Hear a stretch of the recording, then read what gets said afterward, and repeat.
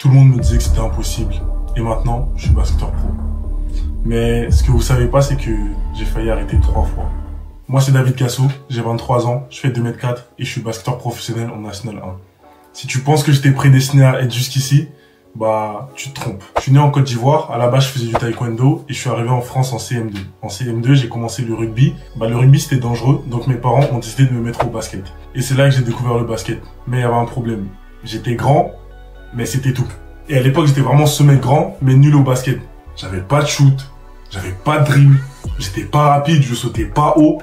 Et tout le temps, ce que les gens ils me disaient, ouais, toi t'es grand mais t'es nul, si j'avais ta taille, si j'avais ta taille, si j'avais ta taille. Bah, c'était tout le temps à moi qu'on disait ça. En 4e, je faisais 1m85, 1m90, je jouais en district et j'ai failli arrêter le basket cette année-là. Mais, grâce à Kuroko no Basket et Russell Westbrook Prime, j'ai repris goût au basket et j'ai continué. Et après toutes ces années passées où je jouais en loisir, j'étais en seconde, je m'étais un peu amélioré, je jouais en U17 région et je m'entraînais avec l'équipe U20. Et un jour, et un mercredi comme ça, j'étais tranquillement dans mon lit, posé, je lisais One Piece et j'ai mon pote qui m'appelle. Il me dit, ouais, il y a un tournoi de 3 contre 3 au RMB. Moi, je lui dis, j'ai la flemme, je suis en train de lire One Piece, je suis dans mon lit. Il me force. Au final, je décide d'y aller. J'y arrive, je joue, je fais mes trucs.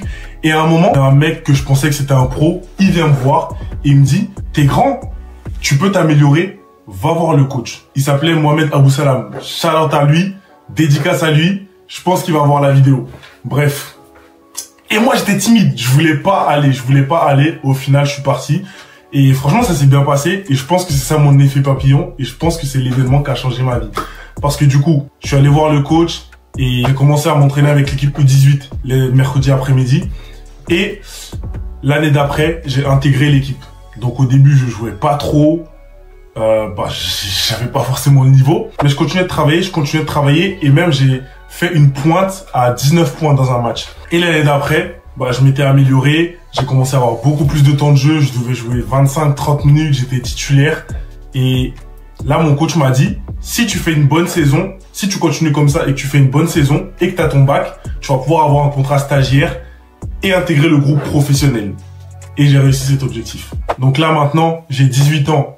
J'ai un contrat stagiaire et je m'entraîne avec les pros et je suis en espoir. Donc à l'époque, c'était en N3. Donc à côté, j'allais à l'université. J'étais inscrit à l'université, mais j'y allais pas vraiment parce que à cause des entraînements et surtout de la flemme aussi. Je vous conseille pas les études, c'est important. Et cette année, je m'entraîne avec les pros. Je suis pas mal sur le côté, mais je m'entraîne et je suis présent au match également.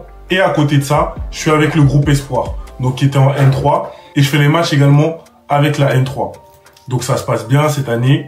Ensuite, ma deuxième année, c'était l'année du Covid en plus. Donc là, ma deuxième année, je suis en N3. J'alterne entre les bonnes et les moins bonnes performances. Et je suis toujours avec le groupe pro. Je m'entraîne de plus en plus. Et j'ai même fait mes premières entrées sur le terrain, dans des matchs officiels. Bon, c'était des entrées très courtes, mais je suis rentré sur le terrain quand même. Et à savoir que cette année-là, j'ai plus l'amour du basket comme avant. Et un jour, c'était vraiment mon moment. La moitié de l'équipe pro était soit blessée, soit malade, soit avait le Covid. Il y allait avoir un match, on allait être plein d'espoir. J'ai échoué plus de 20 minutes, pour sûr. Donc là, ça allait être le moment de montrer vraiment ce que je savais faire. Et là, grosse déception, Macron annonce le confinement. J'étais dégoûté. Et au début, je suis chez moi, j'essaie de continuer de m'entraîner, de m'entretenir comme je peux. Mais au bout d'un moment, j'ai un peu lâché comme tout le monde. Donc j'étais un peu hors de forme. Heureusement, en pré-saison, j'ai rattrapé le coup directement. Et cette année-là, donc c'était ma dernière année espoir, et on n'était plus en N3, il y a le championnat d'espoir pro qui a été créé. Et honnêtement, comme je vous ai dit, j'aimais plus le basket comme avant. Et moi, un peu dans ma tête, cette saison-là, c'était ma dernière saison. Après ça, je coupais tout. J'alterne toujours entre l'équipe pro, qui est en Pro B, et l'équipe espoir, qui est en espoir Pro B. Et franchement, cette année-là, c'était vraiment la première année où j'étais vraiment constant. Et on peut dire en quelque sorte que j'ai explosé. Je suis deuxième meilleur marqueur du championnat. Je suis à 19,9 points par match. Je suis dans les top rebondeurs. Je suis à 9,9 rebonds par match. Est-ce qu'on peut dire que je tournais à 20 points, 10 rebonds? Je sais pas, mais moi je le dis. Par contre, en pro, on a fait une saison catastrophique. On a fini dernier de Pro B. On est relégué en National 1, mais je reste toujours à Rouen. On m'a proposé un contrat pro. C'était mon premier vrai contrat professionnel. J'étais super excité. Mais en fait, directement, j'étais dans une mentalité où je me disais, ok David, t'as signé ton premier contrat pro. mais c'est pas une fin en soi, c'est vraiment un début. Et cette année-là, on a fait une dinguerie. On venait d'être relégué en National 1 et on a directement fini champion de France et on est remonté en Pro B. Et je sais même pas si ça a déjà été fait dans l'histoire, mais on l'a fait et c'était incroyable de vivre ça. Et à ce moment-là, je réalise que tout ce que j'ai traversé avant, ça en valait vraiment la peine. Donc ça, c'était ma première année en tant que professionnel. Donc ma deuxième saison en tant que professionnel. Donc je suis toujours à Rouen, je suis en Pro B et je tourne à... Je joue, des fois je suis dans le 5, en général je commence sur le banc. Mais je sais pas, il y a un truc qui clochait. J'avais plus aucune confiance. J'arrivais plus à jouer. Je me retrouvais plus en fait dans mon basket.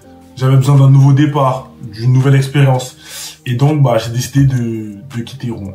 J'en ai parlé avec le président, le coach, mon agent. Et on a pu trouver un arrangement. Et j'ai décidé de quitter Rouen.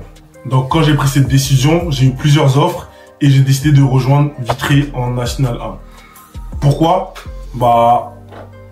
En vrai, je voulais vraiment un projet où j'allais avoir plus de temps de jeu, plus de responsabilités, vraiment un peu de tout en fait.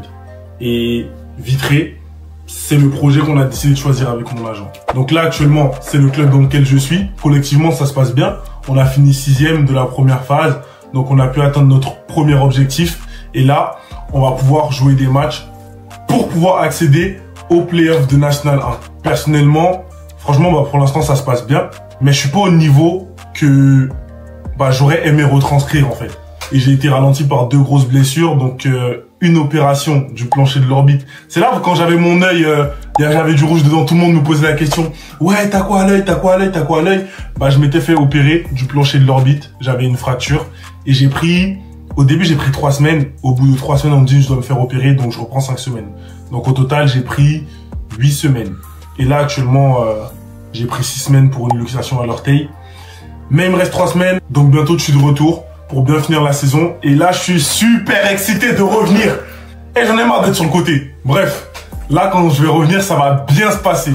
Maintenant, ce qui concerne le futur, donc mon objectif, il est clair, c'est retourner en Pro B. Maintenant, sachez juste une chose. Une de mes citations préférées, c'est Rock Lee dans Naruto qui dit « Le travail, c'est la seule chose qui ne te trahira jamais. » Et moi, je vais continuer de travailler, donc je vais continuer de m'améliorer. Maintenant, si vous voulez un conseil, déjà personnellement, moi je dirais pas que j'ai percé, mais en tout cas je suis pro. Et si toi tu veux percer, devenir pro, jouer dans un niveau national, peu importe c'est quoi ton objectif, faut que tu retiennes une chose, le talent, certes ça aide, mais le plus important c'est le travail. Parce qu'un mec pas talentueux qui bosse, il ira toujours plus loin qu'un mec talentueux mais qui fait rien de son talent. Et moi au début, personne croyait en moi. Et mes potes, ils étaient tout le temps là à se moquer de moi. Carrément des fois on en reparle. Et on rigole bien de cette époque-là, tu vois. Il faut que tu te dises que même si personne croit en toi, le plus important, c'est que toi, tu crois en toi et que tu aies confiance en tes capacités. Parce que même c'est écrit dans la Bible, Marc 9, 23, carrément je me suis tatoué, c'est mon verset préféré. C'est écrit, tout est possible pour celui qui y croit. Donc, si tu crois vraiment en toi et si tu crois vraiment dans ce que tu fais et que tu mets les efforts en place, crois-moi que tu vas réussir. Donc voilà, c'était la vidéo sur mon parcours. C'est une vidéo que vous m'avez beaucoup demandé. Donc si t'as aimé, en tout cas abonne-toi pour continuer de me suivre sur mon parcours en tant que basketteur professionnel. Et dis-moi également en commentaire quel type de vidéo t'aimerais bien voir sur ma chaîne. Et sache que sur cette chaîne, il n'y aura pas que du basket et il y a déjà pas que du basket. Donc si tu veux rigoler, suivre ma vie en général, voir des vlogs de mes voyages, abonne-toi et mets la cloche. En tout cas, c'était votre gars Daiki. On se retrouve bientôt.